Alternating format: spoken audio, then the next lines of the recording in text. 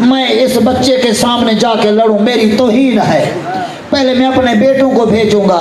جیسے ہی وہ آئے، قاسم 3 دن کا پیاسا تھا، ایک کو فنار کیا، دوسرا آیا اس کو فنار کیا، تیسرا آیا اس کو فنار کیا، جب چاروں مارے گئے اب وہ ظالم آیا تلوار لہراتا ہوا، حسین بیٹھے نہیں خیمے میں آئے، کہا بھر جائی اب بیٹے کے لیے دعا کرو۔ کہا آقا کیسے دعا کروں؟ کہا سر کے بال کھول، سر سجدے میں رکھ، کہو یا راد یوسف لا یعقوب، یعقوب کو یوسف ملانے والی ذات۔ بس ادادارو ماں نے دعا کی، وہ ظالم آیا، قاسم نے فنار کیا۔ بس ایک وہ وقت آیا کہ اب چاروں طرف سے حملہ ہوا، کہیں سے تیر، کہیں سے تلوار، کہیں سے نیزہ۔ قاسم گھوڑے کی زین سے زمین پہ آیا، جب زمین پہ آیا ادادارو چچا کو سلام کیا۔ اب حسین گئے نا، حسین کو آتا دیکھ کر کیا کیا، ظالموں کی فوجوں نے جب دیکھا نا حسین آ رہا ہے تو دوڑے، جب دوڑے نا ازادر خالی وہ نہیں دوڑ رہے تھے، گھوڑوں کی ٹاپوں کے نیچے قاسم کا لاشا پامال ہوتا چلا۔ اب جو حسین پہنچے کیا کیا، اپنی عبا بچھائی، قاسم کی لاش کے ٹکڑے جیسے اجڑے ہوئے باغ کا مالی پھول اکٹھے کرتا ہے، گٹھڑی باندھ کے لے کے آئے خیمے میں۔ جب آئے نا اب ایک مرتبہ سنو گے عزادارو، میرے مولا فرماتے ہیں زینب بہن ذرا میری بھرجائی کو بلانا۔ عزادارو وہ خیمے میں رو رہی تھی،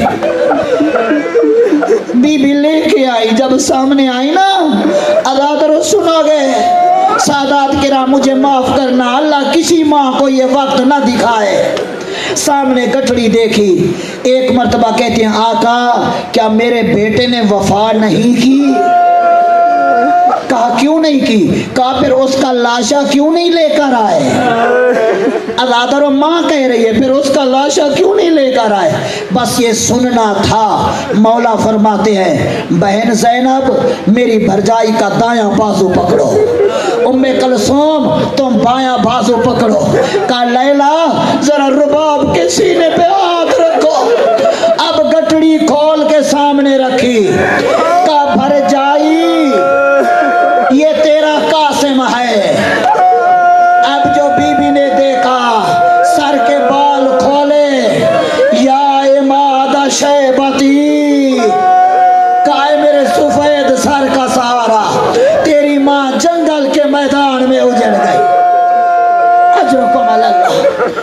عزادارو بس میرے مولا نے قاسم کی لاش اٹھائی، گانجے شہداء میں رکھی، وہاں ایک طرف اکبر کا لاشا، دوسری طرف قاسم کے ٹکڑے، ایک ہاتھ اکبر کے سینے پر، دوسرا ہاتھ قاسم کے ٹکڑوں پر، جھک گئی کمر حسین کی۔ 3 مرتبہ کہا واہ غربتا، واہ غربتا۔ عزادارو ایک عالم دین آج بھی ان کی قبر قم میں ایران میں موجود ہے، وہ یہ روایت بیان کر رہے تھے کہ یہی روایت شیخ مہدی نے نجف میں مولا امیر کے روضے کے سامنے پڑھی، جب یہی کہا نا کہ حسین کی کمر جھک گئی، 3 مرتبہ کہا واہ غربتا، علی کی مزار ہل گئی، اس نے پڑھنا چھوڑ دیا، واپس چلا آیا، گھر میں رات کو خواب میں دیکھتا ہے علی آ رہے ہیں، سر پہ دستار نہیں ہے، پاؤں میں نالائن نہیں ہے۔ کہتے ہیں شیخ مہدی یہ روایت پھر نہ پڑھنا۔ کہا مولا کیا غلط ہے؟ کہا غلط نہیں، جب سے تو نے یہ روایت پڑھی ہے جنت میں حسین اور زینب چپ نہیں کر رہے۔